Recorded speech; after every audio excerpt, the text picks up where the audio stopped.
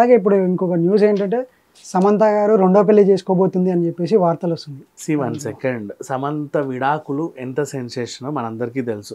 ఇప్పటి వరకు సినీ చరిత్రలో కానీ, నిజ జీవిత చరిత్రలో కానీ, రాజకీయ చరిత్రలో కానీ ఓవరాల్గా మనం వైరల్ అయ్యే వార్తల్లో ఏ ఒక్కరి విడాకుల గురించి కూడా అంతగా ఎవరు మాట్లాడుకోవాలి.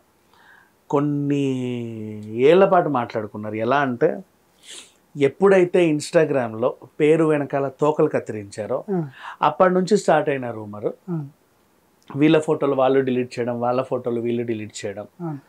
తర్వాత ఒక సంవత్సరానికో ఎప్పుడో మేము విడిపోతున్నాం అని ప్రకటించడం.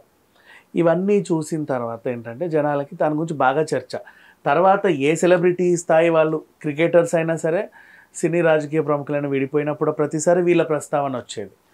అంతగా కొంచెం వైరల్ అయినటువంటి అంశం అది వీళ్ళ విడాకులు. అండ్ వాళ్ళు వీళ్ళు విడిపోతారట అనే వార్తలు వచ్చినప్పుడు కూడా దాంట్లో కూడా ఏ మూలకో వీళ్ళ పేర్లు చేరుస్తూ ఉంటారు. అది ఏదో అయిపోయింది. తర్వాత ఇప్పుడు చాలా రోజుల తర్వాత చైతన్య ఆయనకి ఇష్టమైనటువంటి అమ్మాయిని పెళ్లి చేసుకున్నాడు. ఏదో ఇన్స్టాలో పరిచయం అయింది, అలా అని చెప్పుకొని పెళ్లి చేసుకున్నాడు. అది వాళ్ళ ఇష్టం. వాళ్ళ కుటుంబం కూడా యాక్సెప్ట్ చేసింది. The people are very good now. ఒకరికొకరు బాగానే ఉన్నారు.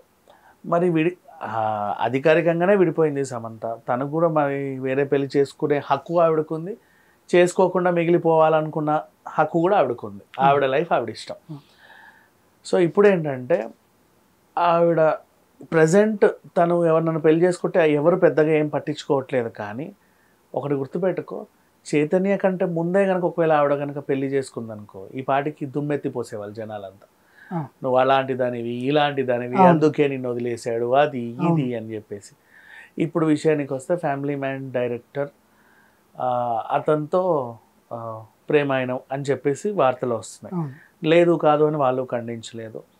అండ్ రాజ్ ద్వయం వీళ్ళు ఇద్దరు దర్శకులు.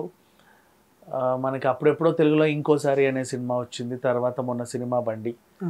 బట్ వీళ్ళు వెబ్ సిరీస్లో బాగా సక్సెస్ అయ్యారు. మంచి వెబ్ సిరీస్లు తీస్తా. హిందీలో కూడా మంచి పేరుంది వీళ్ళకి.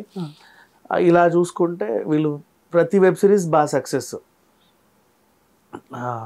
ఇప్పుడు నెట్ఫ్లిక్స్ నిర్మిస్తుంది కొత్తది, ఇప్పుడు నెక్స్ట్ అప్కమింగ్, దానికి కూడా భారీ బడ్జెట్. నెట్ఫ్లిక్స్ నిర్మిస్తుంది అంటే అర్థం చేసుకో వాళ్ళు ఎంత తోపులు అని. అండ్ సమంతతోనే ది ఫ్యామిలీ మ్యాన్ చేశారు, సమంతతోనే సిటాడెల్ చేశారు. ఇప్పుడు నెక్స్ట్ కూడా రక్త్ బ్రహ్మాండ్ అనేదో పెట్టారు టైటిల్, అది కూడా మళ్ళీ సమంతతోనే చేస్తున్నారు. ఇన్ని వచ్చినందుకు మేబీ ఏమైనా రూమర్ అయి ఉండొచ్చు, లేదా నిజంగానే ఆయనకి ఇవిడంటే చాలా ఇష్టమై ఉండి కూడా తనతోనే సినిమాలు లేకపోతే వెబ్ సిరీస్లు ప్లాన్ చేసి ఉండొచ్చు.